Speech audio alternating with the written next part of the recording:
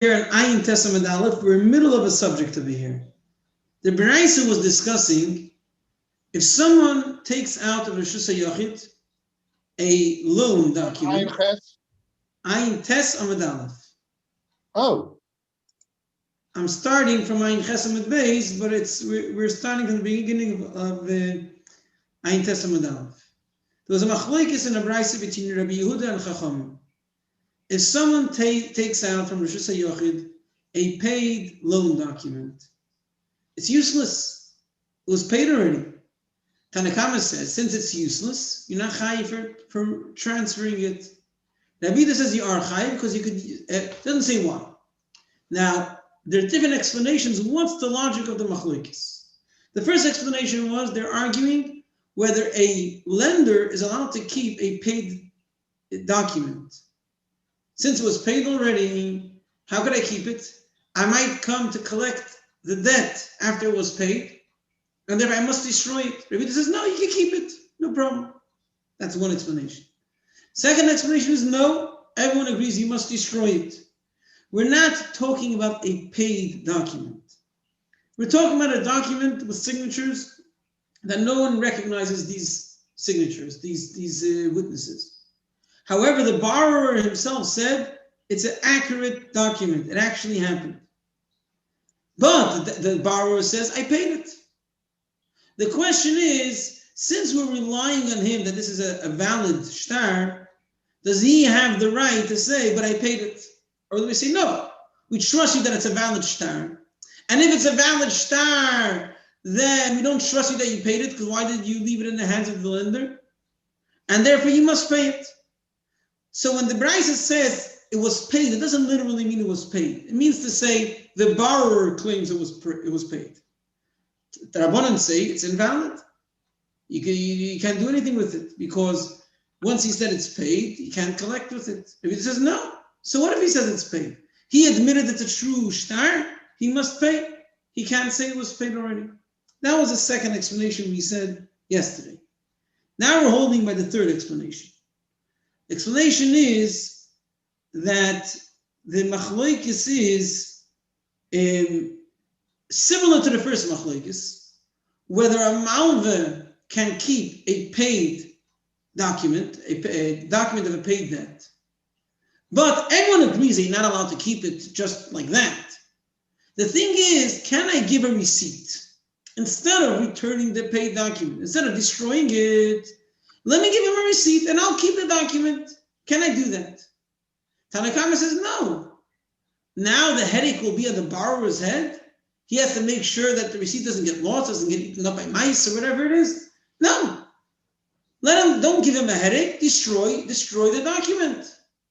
Rabbi says no, it's good enough to give a receipt. And that's fair enough. And then the lender can keep the document. Why? What for? To cover jugs, to cover a flask, to cover some small bottle.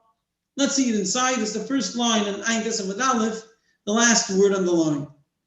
Rava Amar, the Kuli Alma, everyone agrees, that if a borrower is the one who admitted that this shtar is a valid shtar, he has the power to invalidate it by saying that I paid it back. And therefore, if he claimed he paid it back, it's useless. He can't do anything with it. So what are we talking? So what is Rabbi arguing about?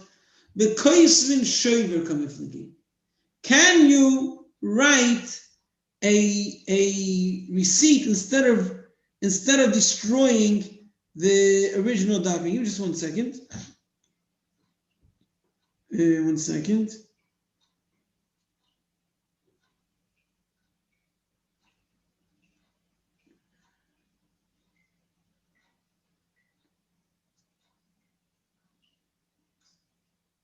Okay, what I said before was according to one version in the Gemara, not the version that we have in the Gemara, that Tanakama says you cannot write a receipt and therefore you must destroy this document. And Rabbi Yehuda says you can write a receipt and therefore you don't have to destroy the document. However, the Girs in our Gemara is the opposite. So Rashi explains it like this. Tanakama says you can write a receipt. And therefore, when the borrower is carrying the paid document, there's no use for it. You already collected the debt. You're going to give when the lender is carrying it, there's no use in it. Because the debt was already paid, so you can't collect the debt with it. And you don't need to return it to the borrower. You can just give him a receipt. Or you gave him a receipt already. Rabbi says, no. You must return the document to the borrower. And therefore, when he's carrying it outside, it's a useful thing. It's a document which must be returned. It's something which cannot just be left. It's necessary to return it to the loiva, to the borrower. And that's why it's considered something useful. That's the way we'll explain our girsa. Tanakam is server. Tanakam holds koisrin shaver. You can write the receipt, and therefore this document is useless. You don't even need to return it to the borrower. But Rabbi Yehuda server, Rabbi Yehuda holds ein koisrin shaver. You don't write a receipt, and therefore you must return this document to the borrower. And therefore, the fact that he's carrying it is carrying something useful, something that he must return to the borrower. And that's why it's considered useful. That's Rava's explanation. Now, Rav Ashi's explanation, the final explanation is that we're talking about the borrower holding on to the document. Till now, we're talking about the lender holding on to the document. And he would have to destroy it, or maybe not, if you give a receipt. But we're saying, no, we're talking about the borrower. Why would the borrower want to keep this document? He might lose it, and the lender will find it and collect the debt again. Why should he keep a document which is against him? The answer is he wants to show future lenders. He wants to show them, listen, here, I borrowed money. I have the document, which means I paid up. You could trust me. So he wants to keep the paid documents. Let's see it inside. Rav Ashi Yomar, we're talking about the loive. The loive wants to show it to a new lender. The Amar, he wants to tell him, Chazi, look, I am a person who pays his debts at the right time. You can trust me. And therefore, he's going to guard the document. So, we had a machlokes between Tanakama and Rabbi Yehuda, whether a paid loan document, is it useful? Are you chayiv for carrying it? Tanakama says no, Rabbi Yehuda says yes. The question is, what's the machlokes? First explanation, the machlokes is, can a lender keep paid documents? Tanakama says no. Rabbi Yehuda says yes, and therefore you can keep it to cover a junk. Second explanation is, everyone says you're not allowed to keep. The question is, we're talking about a document which has no proof that the signatures are valid signatures. The only one who's testifying that it's valid is the borrower, but he says he paid. The question is, does that invalidate the shtar? Or since a regular shtar, you cannot say that you paid, here also you cannot say that you paid. So Tanakama says it invalidates it, and therefore there's no use to carry it. Rabbi says it doesn't, and therefore there's no use to carry it. Third explanation is, we're talking about, is a receipt enough instead of returning the actual document to the borrower? So according to our girsa, Tanakama says it is enough, and therefore there's no use at all with the document. Just keep it or throw it in the middle, do whatever you want with it. There's no reason to carry it. And Rabbi says there is a use, because I can't rely on a receipt.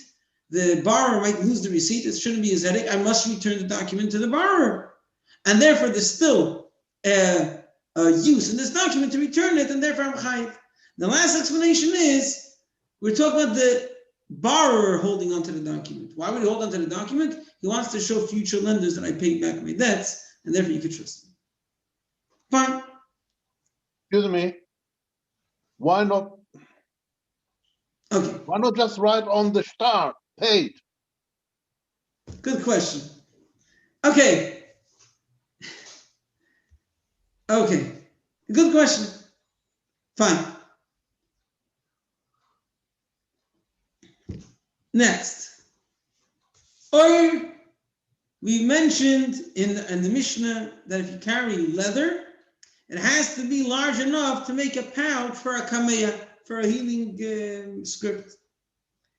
Bo minei Rabba Rav Nachman Hamoitzi or bekama. Rabbi asked Rabbi Nachman, Rabbi, I have a question. How large does leather have to be that if you transfer it from Rosh Hashanah to Rosh Hashanah, you're chayiv? So he said, Rabbi, I'm going to it now. Look at the Mishnah. Everyone knows Mishnah is. Or kedelas is kameya. Leather, the size to make a pouch for this healing document. So let's skip this brackets because it's a bit hard to understand the flow over here. La'abdei bekama. So he says like this Mishnah is talking about ready leather. One of them carrying hide that still needs to be tanned. How large does it have to be useful?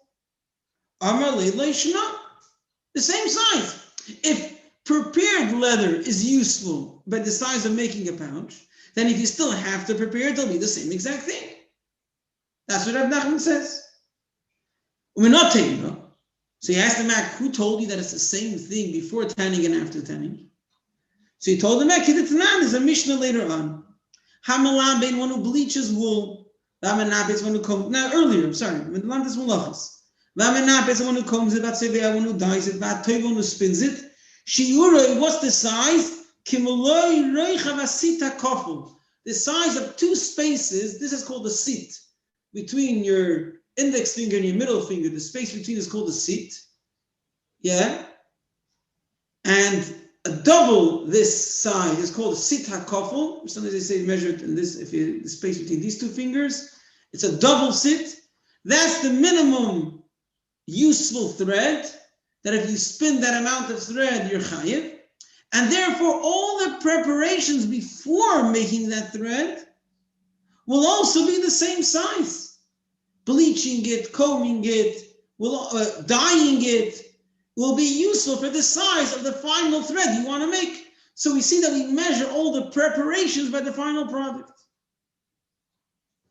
Then he says, if you actually weave a clothing base chutin, and you weave together two threads, by one thread to the width, by the eighth of thread, you weave together the two threads. So how wide does the eighth of thread have to go in order that it should be counted?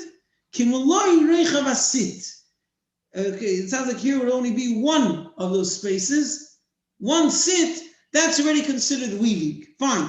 But what we're focusing on is on the first part, that all the preparations of this thread are measured by the final product. The same thing over here. All the preparations of the leather are measured by the final product. Alma, we see, since it's going to be spun into a thread, shiura ketovi, the size that's significant is just like the final thread. Hachanami here also, since he's planning to tan it, shiura kivu, but what's a significant size is what will be useful once it is prepared. Okay, then he asked him, what if he has untanned hide and he wants to leave it that way? What's the size that's useful? Become same size. So he told him, I'm sorry, he's finishing off. There's no difference between mu'ubad and sheni mu'ubad. That makes no difference. Or maybe it sounds more like this is an introduction that the Rabbi is giving for his question. There's no difference between whether it was tanned or not. I have a question. I'll bring some rises against your rule. That I'm sorry. The Ace is going on the first thing as well. The Ace is on the general thing. Rabbi Nachman's logic that something which is not prepared, you measure it by the final product, he's going to have a raya and brises against it that raw ingredients do not have the same measurement as the final product. You are telling me that a raw ingredient you measure by the final product, that the final product is useful. That the raw ingredient is also useful. I'll bring a proof against that. What is that? What is the proof?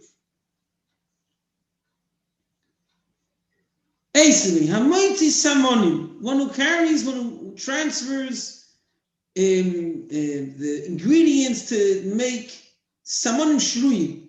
There's the plants which create the dye. They're already soaking in water. They already created the dye. It's a liquid dye already. It has to be enough dye to dye a dugma, a sample, a small piece of material, just as a sample. which is the same size as Ira.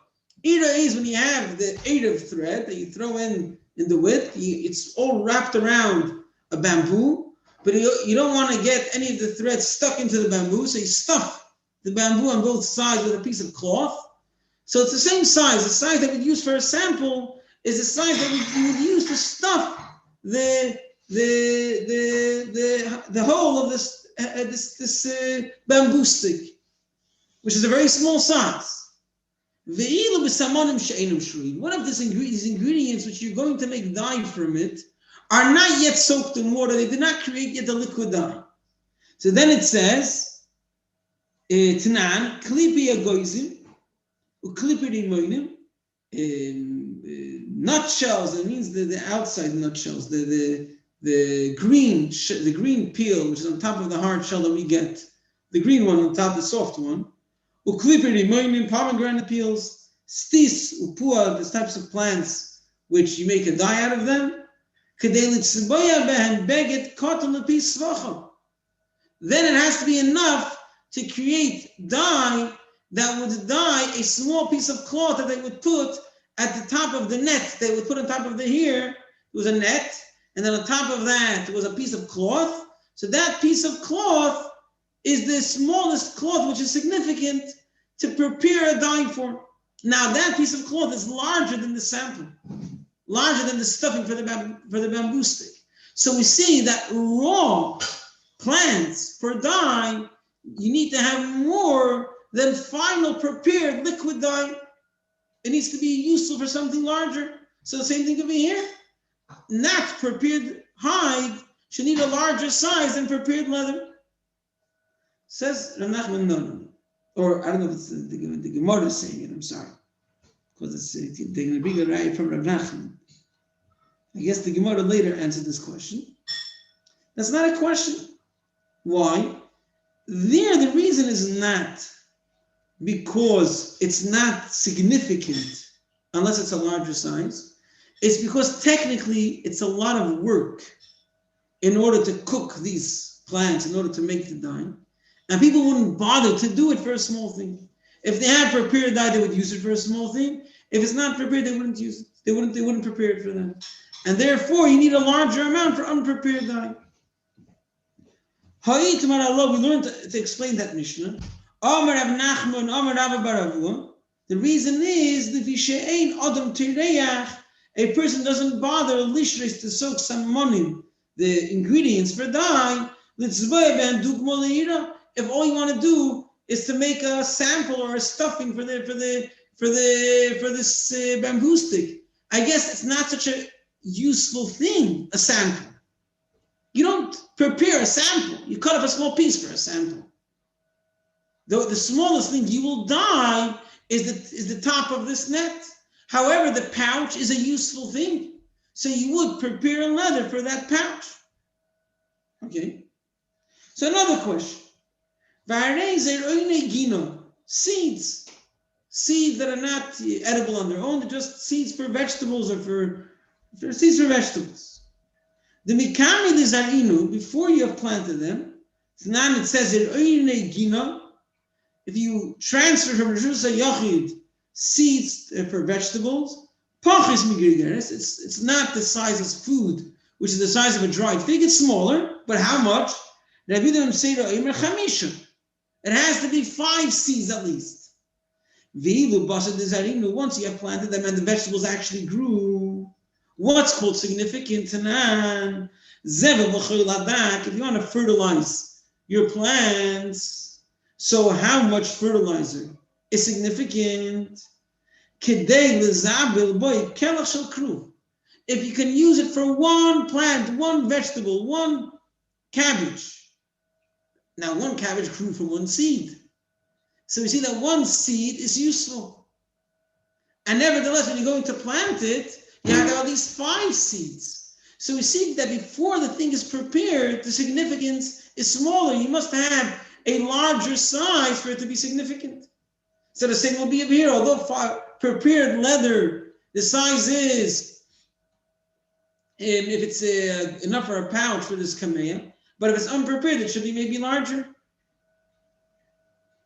Divi Rabbi Akiva says, the Chachamim did the Zabel Kreisha. You should have enough to fertilize a different type of vegetable. I think it's a leek. In other words, one vegetable, depends which vegetable, but one vegetable grows from one seed. So l'chayra we see that we do not look by the final product. Says there also is an explanation. We have learned on the Samar Papa, Hadazari, Hadaloizari, the difference is that one's planted, one not. Why? One does not work so hard to take outside one seed to plant. It's a big bother to plant. They don't do that. But I guess leather, they would bother to prepare for the pouch. It's not that small, like one seed. Fine. So now I'm going to bring a question which we actually have mentioned already before in the Gemara. Look at clay or cement, whatever you want to call it. The mekami the ligbale, before you actually knead it, before you mix it with the water, Tanya, we learned in a brayso, meidim chacham l'Rav Shimon, when you carry dirty water to the street, the sizes of revius, when you can mix a revius with sand and you would make clay, that is a significant amount. But we asked about it. I'm sorry, I jumped a bit.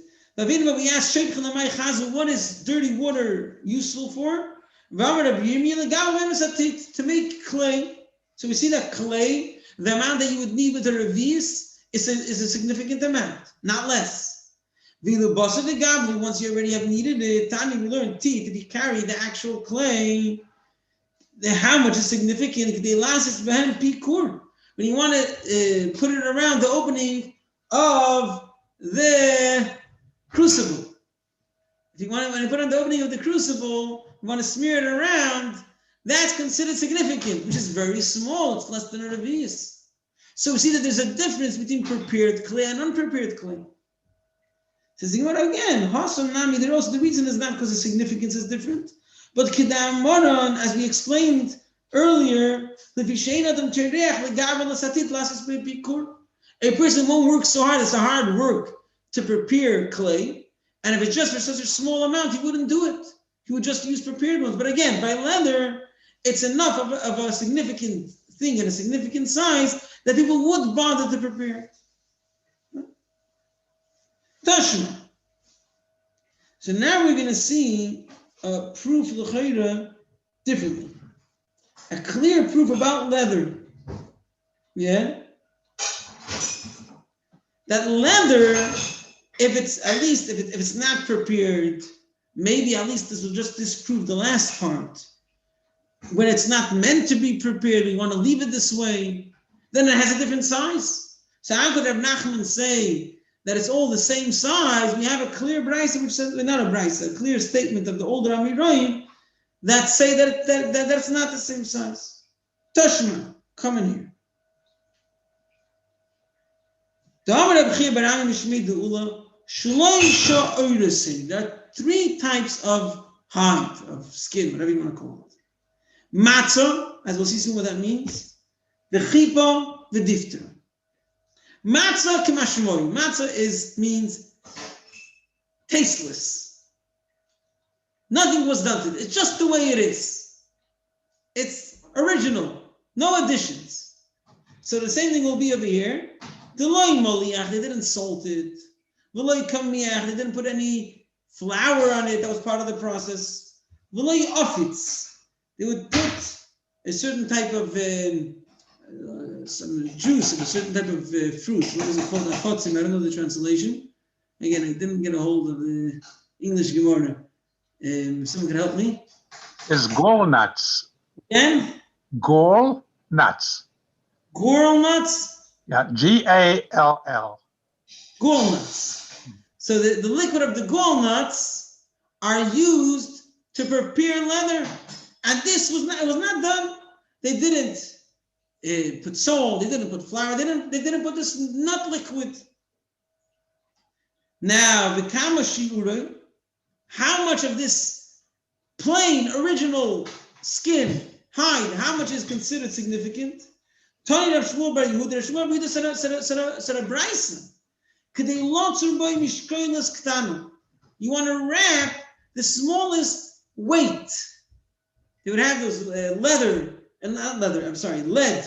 weights, and they would want to wrap it in order that it should not rub out. It should be an accurate weight. So they always wrapped it with some sort of a hide, but it doesn't need to look nice. It doesn't need to be anything done to it. They just put plain skin, plain hide, as long as it dried out, and they would wrap it. And what is the smallest weight? There's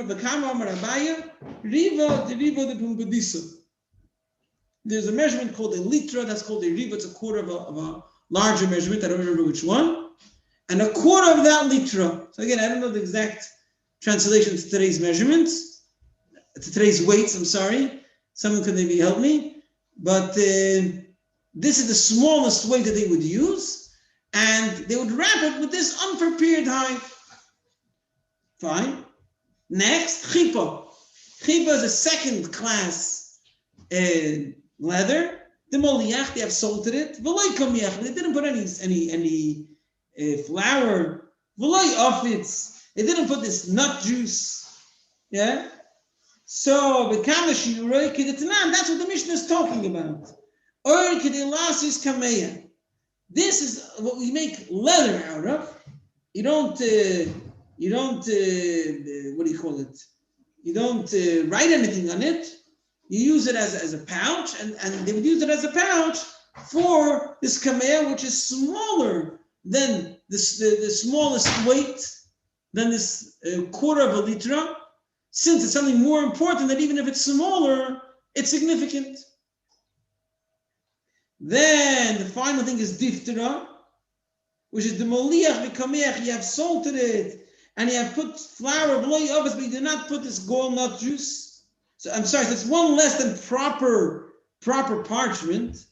The kamashi yurik the lichte v'lovas aget. They would write a get on this. On the sefer Torah, they would also put, I guess, the juice to prepare it. I don't know. I guess that was like the highest level. They would also put this juice, but for a get, it was good enough that it was parchment, even if it missed the last part. They didn't put the juice. It was still good enough, which that is a smaller size than to wrap the kameya. The kameya itself is a piece of parchment. The pouch is like double at least. And the get was large enough in a smaller size. So it's more important, more preparation. So smaller size is already significant. So what do we see? Katanim mi, as we saw over here,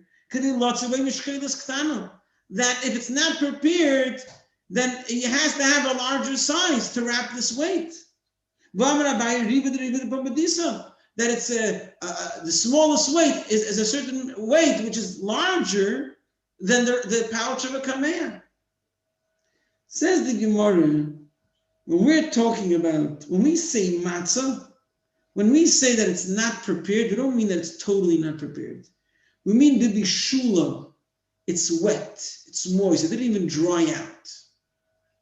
So that is not even close. You can't even tan it if you want to. It's first drying out. So right now, it's the only thing is useful for is to wrap this weight. However, once it dried out, so it's going to be tanned, then the measurement will be the same as tanned. Right? Says the Gemara, Votnan Beged. We're talking a mission over here regarding Tumah V'Tara. If you have bits of different materials, if they're useful, they can become tumah. And here it says a measurement about leather, and that leather is the measurement is 1 second. 1 second. The measurement is larger than wrapping this kameya. And the only way to answer it will be that we're talking over there about untanned leather. It's not yet prepared, fine, and then it won't be a contradiction on the Mishnah, but then we still see that there's a difference between prepared and not prepared. But now we learned in the Mishnah, a beged shleisha the midras, a cloth, a piece of a cloth, if it's 3 by 3 tfachim, then it can become tummy, that if a zov sits on it, then it becomes tummy. Hasak, If it's leftover of sackcloth, daled al daled, it has to be 4 by 4 tvachim. Ha'or, leather, hey al hey, 5 by 5 tvachim. That's much more than the pouch for this kameh. Ma'apotz, if it's a mat, vav al vav, 6 by 6 tvachim, bein lemidros, bein lemes. For all these last examples, there's no difference whether it's for a zov to make a tummy by sitting in it or when it touches a dead body. But we see that a useful leather is 5 by 5 tvachim. The Tani Allah, we learned about this Mishnah in a Braisa. Habeged v'asak v'ha'or kishir l'tumakach shir leitzah. The same measurement that makes it useful to become tummy makes it useful that if you carry it on Shabbos, you're chayiv chatos. So l'chayr we see that it's a larger measurement when it's not prepared leather than the prepared one, which is for a kameas. It's against Rav Nachman. Says the Gemara again, ahu b'kur tuvla. Here we're talking about a leather. The opposite, that they prepared it so much, they've cooked it with hot water, which from now, you can't reverse it. You can't make it now into a pouch for a kameya. It's meant for chairs. It's meant for covering tables. It's meant for a different use, which they did a certain preparation. They have cooked it in hot water. And then only a larger size is useful, and it's irreversible. So therefore, it's not going to be used for a kameya. So you definitely can't measure it by a kameya. But he still sticks with what he says on Nachman, that any leather which is able to be prepared for a kameya, and it's close enough, it's not wet, it's dry already, then the size that's considered useful is the size to cover a kameya, because a person would bother to prepare that leather, and that's considered useful. So, in the beginning we spoke about this paid loan document, that the explanations we learned in our daf, Rabbi said that Tanakama says that if you carry it, you're potter. Rabbi Yehuda says you're chayiv. Why? Because Tanakama says, although the malva seemingly has to give it back to the loiva, but he can give him a receipt instead. However, Rabbi Yehuda says, no, you can't give a receipt because the loiva will have to guard it, and therefore this document is still necessary. You have to return it to the loiva. The next explanation was, we're talking about the loiva keeping it. Why would the loiva keep such a thing? He wants to show it to future lenders that he's a reliable person. And therefore, Rabbi Yehuda says that he's chayiv. And I want to say, no, you will destroy it, you won't keep it. Fine. Then we spoke about leather. The Mishnah says that the size is to make a pouch for a kameya. The question is, what if it's not tanned yet? Do you measure it by the final product, or you have a different measurement, or you say that then it needs to be larger to be significant? So Rav Nachman says it's the same measurement, and his proof is that all preparations for wool, in order to spin it, are measured by the size of final spun thread. So we measure all the preparations by the final product. So the Rabbi answers, many places we see otherwise. We see that by dye, prepared liquid dye is useful in this very small measurement to make a sample, to dye a sample. And if it's the ingredients to prepare the dye, it has to be enough to make dye the small cloth in the net. So you say, no, there the issue is that a person wouldn't bother to cook it to make a sample. Fine? What about seeds? In order to be high for carrying seeds, it has to be at least 5. And then once it grew into a vegetable, to fertilize it, even one vegetable, which grew from one seed, is considered significant. So no, a person doesn't carry one seed to plant it. Fine? Now, what about clay? If you take out dirty water for clay, it has to be a revis. If you have prepared clay, then even if it's just enough to put around the crucible, the opening of the crucible, which is a very small amount, it's very significant. So we see that we don't measure it the same. He says, no, it's a hard work to make clay. And you wouldn't do it unless you have at least the size of a revis. However, if you have already prepared one, you put it around the crucible. Fine? Then we spoke about leather. It says clearly there's 3 types of leather, depending how much preparation you made. If you didn't do anything, then it's the size of wrapping the smallest weight, which is a large piece. If you prepared it just with salt, then it's enough to wrap this kameya. And if you prepared it even more, then you already put flour in it as well, then it's the size of a get. But we see that this thing which is meant for a kameya, if it wasn't prepared yet, you have to have a larger size. which is to wrap this weight. Says the Gemara for Rav Nachman, no. We're talking about hide, which is very far from making leather. It's still wet. It didn't even dry out yet. And therefore, it's only useful to wrap this weight. What about the Mishnah which says that leather is useful 5 by 5 tefachim, which is much larger than a kameya? And the only way we can explain it l'chayra is if it's not prepared yet. No, there we're talking about that we prepared it too much. We cooked it. And now it's only useful for chairs, for tables. It's not useful anymore for a kameya, and therefore you need a larger size for it to be significant.